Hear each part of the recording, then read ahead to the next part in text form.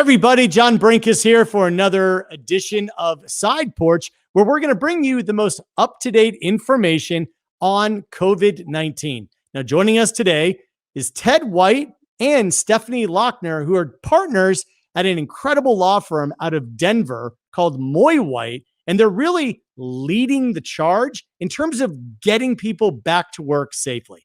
So Ted, Stephanie, thank you so much for joining us. Thank you, John. We're pleased to be here. Thank you, John. Now, Ted, what challenges have you guys found in terms of not only opening up your own office, but in advising people how to do it? Well, one of the challenges is that every business has a different set of facts, a different set of circumstances that they're dealing with.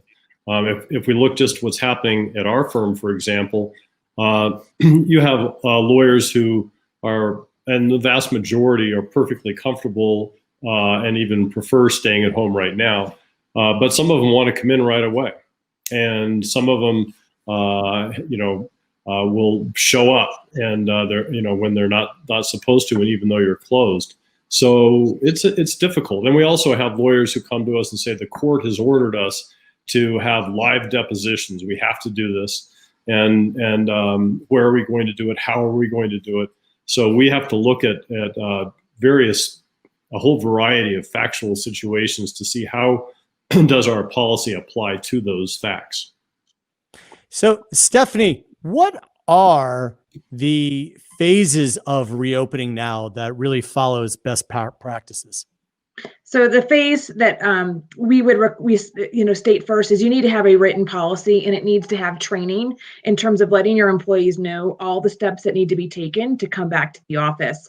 And it's going to be a partnership between the employer and the employee. So it would be a voluntary rephase and back into the workplace, because I think a lot of it has to do with supporting your staff and those that might be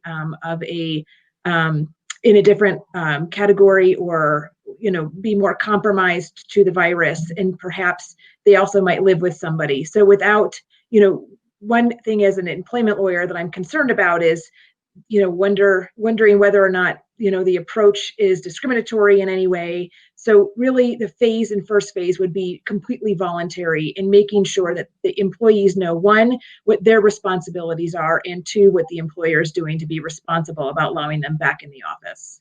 Ted, how are you supporting your employees right now? Well, that's a good question. What we're doing right now is making sure that our employees are aware that our top priority is their health and well-being. And we have frequent communications with them, which is very important.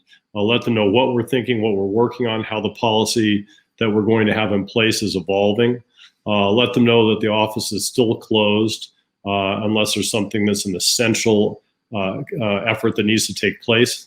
And we're doing our management committee that manages the firm is making individual calls to every single employee on a periodic basis, and not to assign work, but to say, how are you doing? How are you dealing with this? Because it's a new, complicated, and stressful situation. Some of the employees are handling it just great and love it, and some don't love the pandemic, but they love working from home. And some of them have small children, and they're trying to work from home and take care of their small children. And it's just a chaotic situation and very stressful. So you have a whole range of different situations going on at once. So Stephanie, where are you looking for guidance in the wider world? Where are new ideas coming from for you? Yeah, so I sort of start looking at the CDC, and it's a changing and evolving, and all those federal government entities are starting to pump out a lot of information, and it's overwhelming actually in terms of how it all relates. I don't know that every single entity is talking to each other. So there's OSHA, there's the EEC, there's CDC. So I start at the federal level, and then for each of our clients who may not be in Colorado, you have to look at the specific orders that are coming out of each state. So for instance, many states are requiring temperatures to be taken before an employee can come back into the workforce. So Ted, you're also chair of the board for RMI. What are they doing?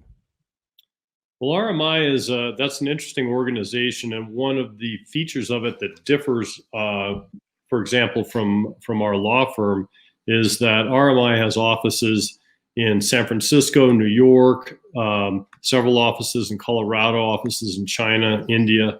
So they are used to meetings that are virtual.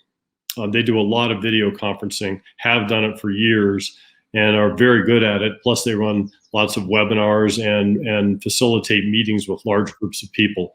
So they are in a pretty good situation in that they're operating as they often would do anyway. So far, they have not reopened their offices. So how can anyone who's listening out there get in touch with you and learn more about your work? Well, a key person to get in touch with is Stephanie, because she's the one in charge of advising all of our clients on this issue, and she's working on our putting together our internal policy as well. So that's Stephanie Lochner at Moye White. And the other, this is an evolving situation, so it's important to have somebody to confer with, like Stephanie, who's staying abreast of the developments. And Stephanie, what is the best way that you feel people can obviously not only get in touch with you, but just learn more?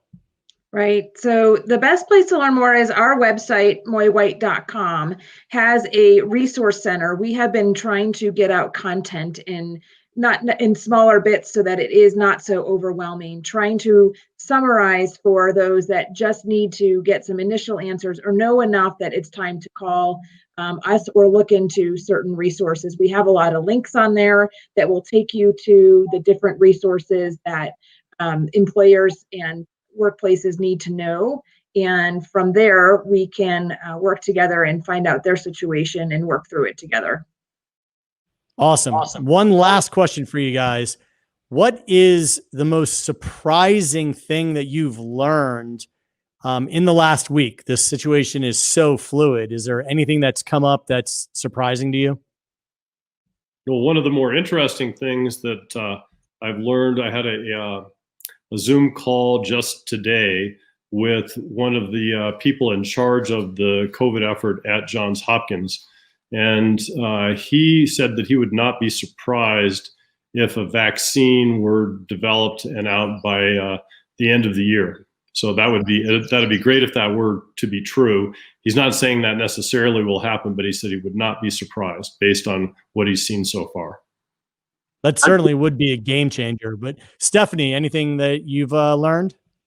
In this past week, we're talking a lot about, whether or not there's a temperature, and temperature doesn't mean much. I have a lot of physicians and dental clients, and now employers are maybe considering taking pulse oxes. So I think that's new, that we haven't seen that on the radar yet, in addition to the temperature. So we'll see if that gains any traction. Awesome. Well, we will put up your social media links, make sure that everybody can get in touch with you. Really appreciate you joining us. You're doing incredible work. So we will hopefully touch base with you in a couple weeks and see what we've learned and where we're able to go. Thank you, John. Thank you, John. All right. Thanks so much.